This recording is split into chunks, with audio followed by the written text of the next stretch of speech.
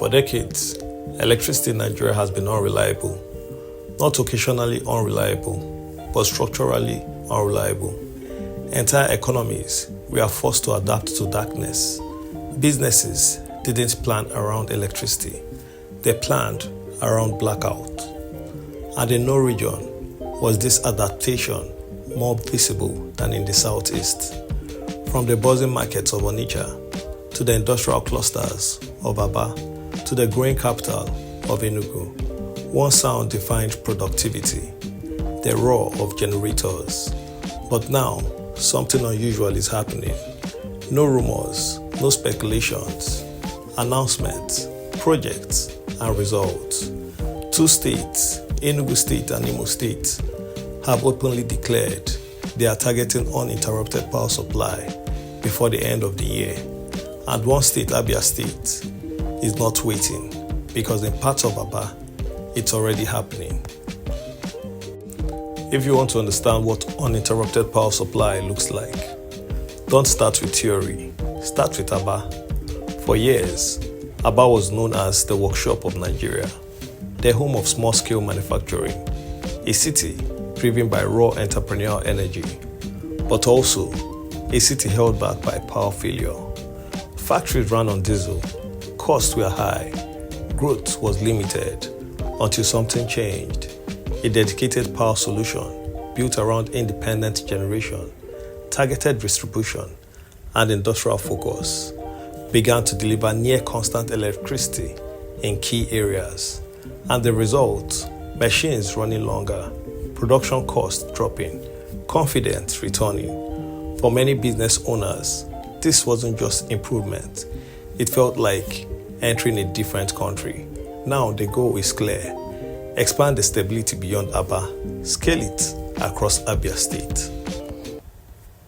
Our inability to generate employment, to reduce poverty level, you can trace all of them to epileptic power supply. And as a government, we are determined to solve that problem.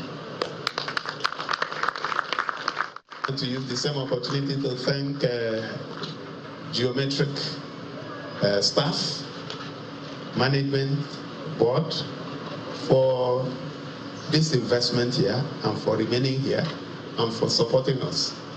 And I can assure you that this government will continue to give you maximum support. Only a leader with Chief Obasanjo's foresight and patriotism would permit the creation of the Abia Test area for this pilot project as part of his plan for the power sector reform program, which he initiated as a way to revitalize and sustain Nigeria's economy. Residents are optimistic that the commissioning of the Ogbo Hill substation will enhance power generation and distribution to homes, businesses and institutions in 9 out of 17 local government areas of Abia State.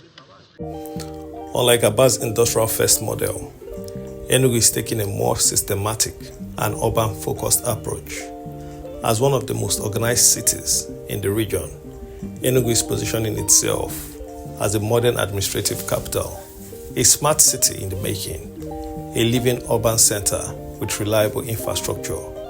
And now, electricity has become the centerpiece of that vision. The state's plan involves structured power generation partnership, upgrading distribution networks, creating reliable urban electricity zones, integrating renewable energy systems. But what makes this different? Is it the timeline? Not 5 years, not long-term vision, but year-end. The level of urgency signals one thing: pressure to deliver results fast. The governor of Enugu State, Mr. Peter Mba, says the state's coal reserves will be utilized to produce 1,000 megawatts of electricity and will not be regarded as a stranded asset without sufficient compensation. Governor Mba said coal deposits in the state have about 0.5 sulfuric content, saying he is counting technology to make the impact of coal utilization on the environment minimal. He made the assertion in Lagos as a guest at the Nigerian-British Chamber of Commerce and Meet the Governor series, where he presented a business case for investment in Enugu State. On his part, President of the Chamber, Mr. Abimbola Olasore, in his address said the timing of the Meet the Governor series could not have been more fitting because Enugu had become a state on the move under Governor Peter Mba's administration. Enugu also has huge mineral assets. We're quite heavy. They tend to think, of course, because we were referred to as a coal city, that even though we have one of the best coals, sure, an oxymoron to say you have the cleanest coal, but yes, we do have the cleanest coal. And you know, this coal, it's only comparable to what you have perhaps in Japan. A sulfur level of 0.5 and a calorific value of more than 6,700. While attention often shifts elsewhere, Imo State is moving with intent. Centered around Owerri, the state is expanding power partnerships, investing in localized energy solutions, targeting both urban and semi-urban electrification. But here is what makes Imo interesting. It is not trying to wait for perfection. Instead, it is building mini-grid systems, decentralized supply networks, gradual but scalable electricity coverage. And like Enugu, it has made a bold declaration, 24/7 electricity before the year end. But like security, roads alone are not enough. You need to address the single biggest bottleneck to industrialization in Nigeria, which is power or energy, as some people prefer to call it. You can have the best location, you can have the best workforce, the best market access, and the best roads, but without reliable electricity, you will stagnate. It is common knowledge that industrial operators in Nigeria spend more money on power generation than they do on salaries. This is not sustainable. We have addressed this concern in Imo State. By the end of this month, we will launch phase 1 of the Light Up Imo project. This has shifted from the realm of promise to the realm of reality. The infrastructure for this is already in place. When those switches eventually flip, greater parts of the state will receive a steady 24-hour power supply from our own indigenous power and electricity company, Owerri Electricity Company of Nigeria. The first phase will begin with the Owerri metropolis, while the next phase will connect durable electricity to the 27 local government areas of the state. This is a game changer.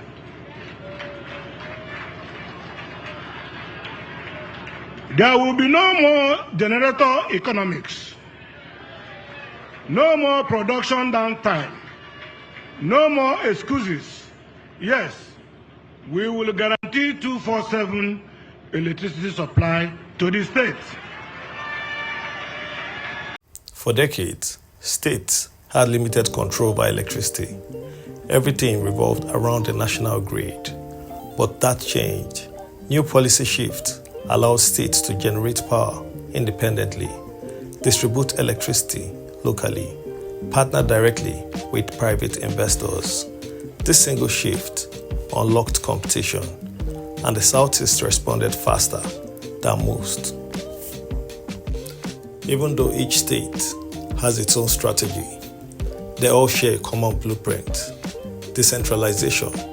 Power is generated closer to where it is used. Private sector involvement. Investors bring funding, efficiency, and speed. Dedicated power zones. Industrial and urban clusters get priority supply. Hybrid energy systems. Gas, solar, mini grids, they all work together for provision of electricity. Cost recovery models. Users pay for reliability and get it. This is not the old system. This is a new electricity economy.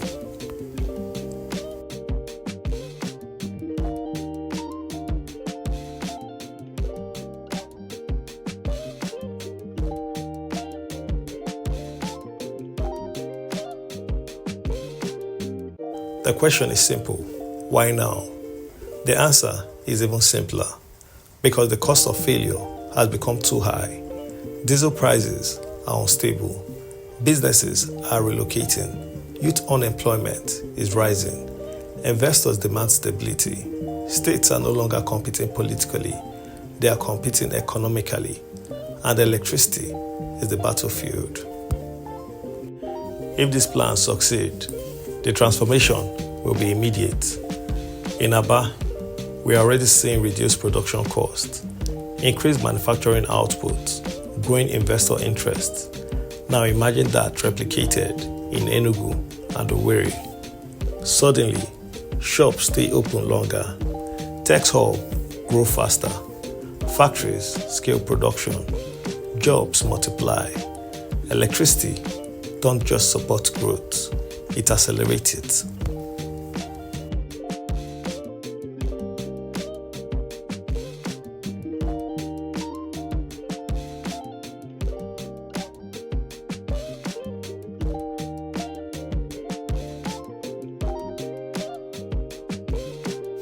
Let's be honest, Nigeria have had promises before, so skepticism is natural.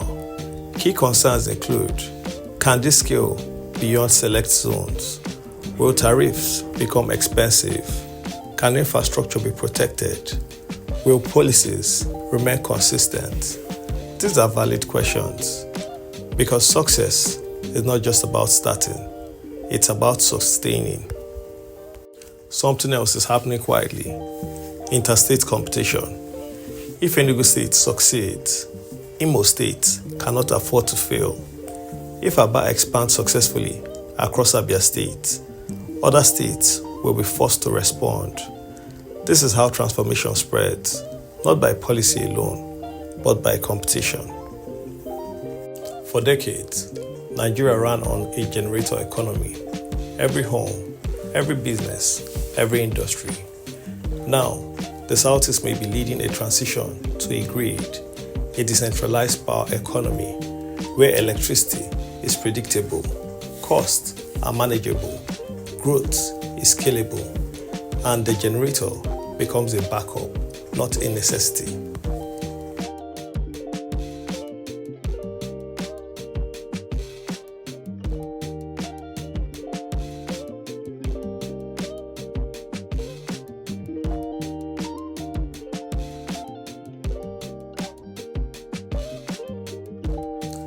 If this momentum continues, the Southeast could become Nigeria's most reliable power region, a manufacturing powerhouse, a magnet for investment.